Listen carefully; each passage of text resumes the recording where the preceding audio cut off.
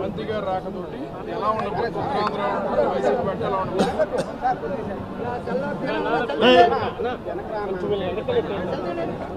అందరికీ నమస్కారం. ఈరోజు గంజాయి వనం లాంటి తెలుగుదేశం పార్టీలో కొన్ని తులసి మొక్కలు లాంటి పెద్దలు అవంతి శ్రీనివాస్ గారు లాంటి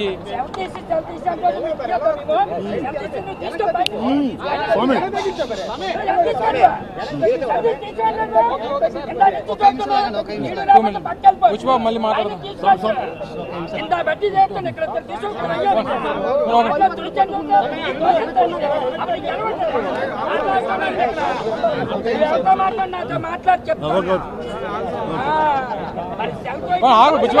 స్వామి స్వామి స్వామి శాంతం, మాలే శాంతంగా ఉండాలి. స్వామి స్వామి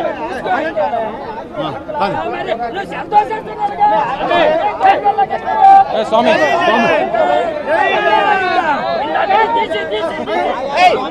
స్వామి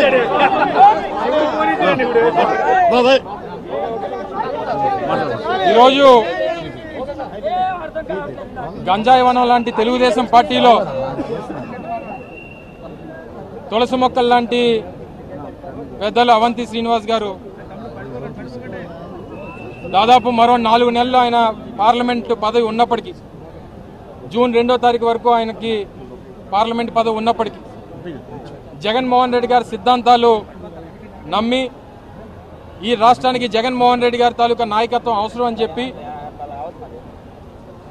ఈరోజు జగన్మోహన్ రెడ్డి గారి ఆలోచనలో నడవడానికి ఆయన ఆలోచనలతో పాటు ఉత్తరాంధ్ర ప్రాంతం, మన ప్రాంతం విశాఖపట్నం ప్రాంతంలో వైఎస్ఆర్ కాంగ్రెస్ పార్టీని బలోపేతం చేయడం కోసం ఈరోజు వైఎస్ఆర్ కాంగ్రెస్ పార్టీలో మన చేరి ఈరోజు విశాఖపట్నం రావడం, పెద్ద ఎత్తున పార్టీ నాయకత్వం అంతా కూడా ఆయన్ని స్వాగతించడం, తప్పకుండా ఆయన రాకతో, ఎందుకంటే దాదాపు 4.5 సంవత్సరాలుగా ఆయన తెలుగుదేశం పార్టీలో పార్లమెంట్ సభ్యులుగా ఉన్నప్పటికీ ఏ ఒక్కరోజు కూడా చంద్రబాబు నాయుడు మాటలో నిలబడాలనేటువంటి ఆలోచన కాకుండా విశాఖపట్నం లాంటి ప్రాంతాల్లో అవసరాల కోసం ఆయన చేసినటువంటి పోరాటాలు అనేక సందర్భాల్లో మనం చూసాం.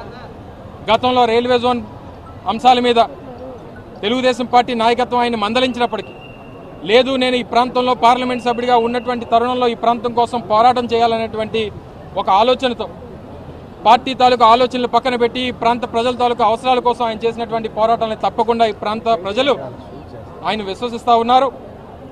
ఈరోజు చంద్రబాబు నాయుడు గారు 23 మంది శాసనసభ్యుల్ని, 3 పార్లమెంట్ సభ్యుల్ని వైఎస్ఆర్ కాంగ్రెస్ పార్టీని తీసుకున్నారు. ఏ ఒక్కరోజు కూడా వారితో రాజీనామా చేయించాలని కానీ, వారు వేరే పార్టీ మీద గెలిచి మా పార్టీలోకి వచ్చారనేటువంటి నైతికత కానీ ఏ ఒక్కటి కూడా లేదు.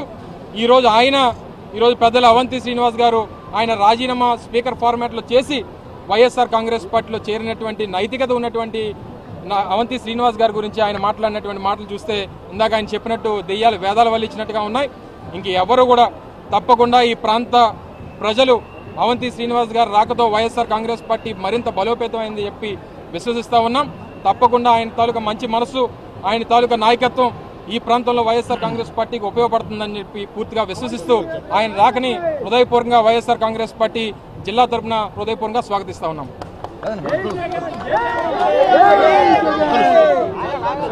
అలాగే